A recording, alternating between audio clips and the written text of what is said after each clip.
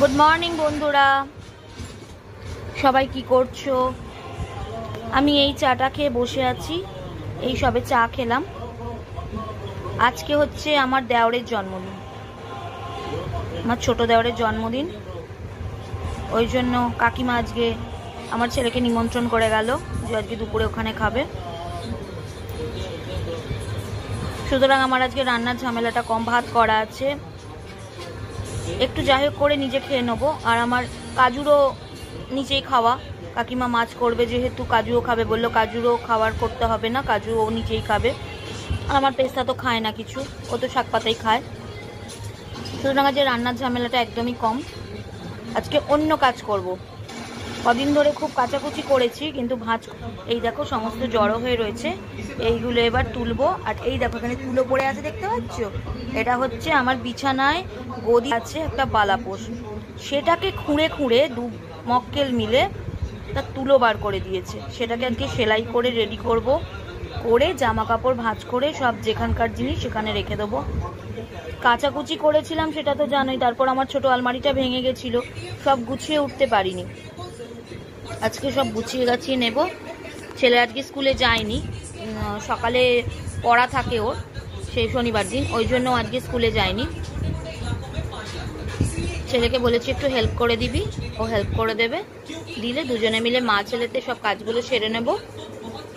ও এই খেলো, আমাদের এখানে 1 টাকার পরোটা পাওয়া যায়। ওকে পড়াতে এসেছিলেন স্যার, উনি নিয়ে এসেছিলেন। আমার ছেলেকে তো ভীষণই ভালোবাসেন, উনি নিয়ে এসেছিলেন। ছেলে সেটা দিয়ে ব্রেকফাস্ট করা হয়ে গেছে। 1 টাকার পরোটার সাথে তরকারি, মানে 10 টাকার খেলে পেট ভরে যাবে।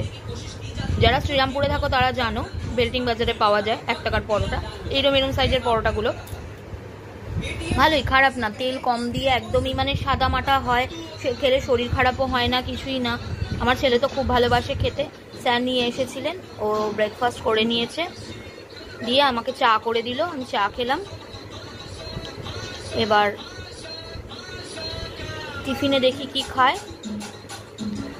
কালকে সন্ধেবেলা হঠাৎ করে ছেলেটার খুব শরীর খারাপ হয়ে গেছিল, আসলে প্রচণ্ড গরম তো, আর স্কুলে যায়, স্কুলে যাওয়া আসার পথে রোদটা পুরো পড়ে।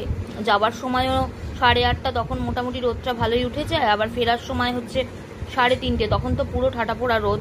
যার ফলে মানে এতটাই শরীর খারাপ হয়ে গেছিল বাড়িতে আসার পর, কালকে দুপুরে ভাতও খায়নি, কিচ্ছু খায়নি, মানে অস্থির অস্থির করছে শরীর। স্নান টান করে করে তারপরে শুয়ে পড়লো কতক্ষণ, তারপর পড়াতে এসেছিলো, তারপর পড়লো, পড়ে আমি বললাম কি রে রাত্রে কি খাবি? ও বললো পরোটা খাবো। বললাম শরীর খারাপ, বলছে কিছু হবে না, কালকে একটু চিকেন করেছিলাম, ওই জন্য চিকেন দিয়ে পরোটা খেলো রাত্রিবেলা। সুতরাং এবেলা রান্নার ঝামেলা নেই। ওবেলা দেখি কি করব, ভাত আছে, ইচ্ছা আছে ওবেলা পান্তা ভাত খাবো। এই দেখো 1 টাকার পরোটার সাইজ, আমি বললাম হটপটে রেখে দিতে, কত খেয়েছে, কতগুলো রাখা রয়েছে। এই যে এগুলো হচ্ছে 1 টাকার পরোটা, আর এই হচ্ছে তার তরকারি। কতকটা খেয়েছে, আমার জন্য এনেছিলেন স্যার, কিন্তু আমি খাইনি, আমি ওর জন্য রেখে দিয়েছি। আমি থাক তুই খেয়ে নিবি পরে। আমি 3টে খেয়েছি, বাকি রয়েছে। খারাপ না, 10 টাকা থাকলে মোটামুটি পেট ভরে যাবে সকালবেলা। 10 টাকা থাকলে মোটামুটি পেট ভরে যাবে। মা নেই, মা গেছে সর্দির বাড়িতে, ওই জন্য সেই দুধটা নিয়ে রাখলাম আমি। কালকে গেছে সর্দির বাড়ি, মনে হয় সর্দি আসতে দেয়নি, কারণ মায়ের শরীরটা ভালো না তো, ওই জন্য মনে হয় সর্দি আসতে দেয়নি, সেই জন্য ভালোই হয়েছে। থাক, দুধটা বাবাকে বললাম নিয়ে নে, গোয়ালা এসছে দুধ দিতে, ফ্রিজে রেখে দিই, মা আসলে মাকে দিয়ে দেবো।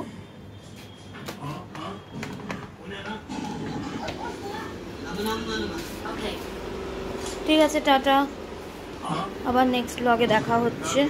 কাজকর্মগুলো করি।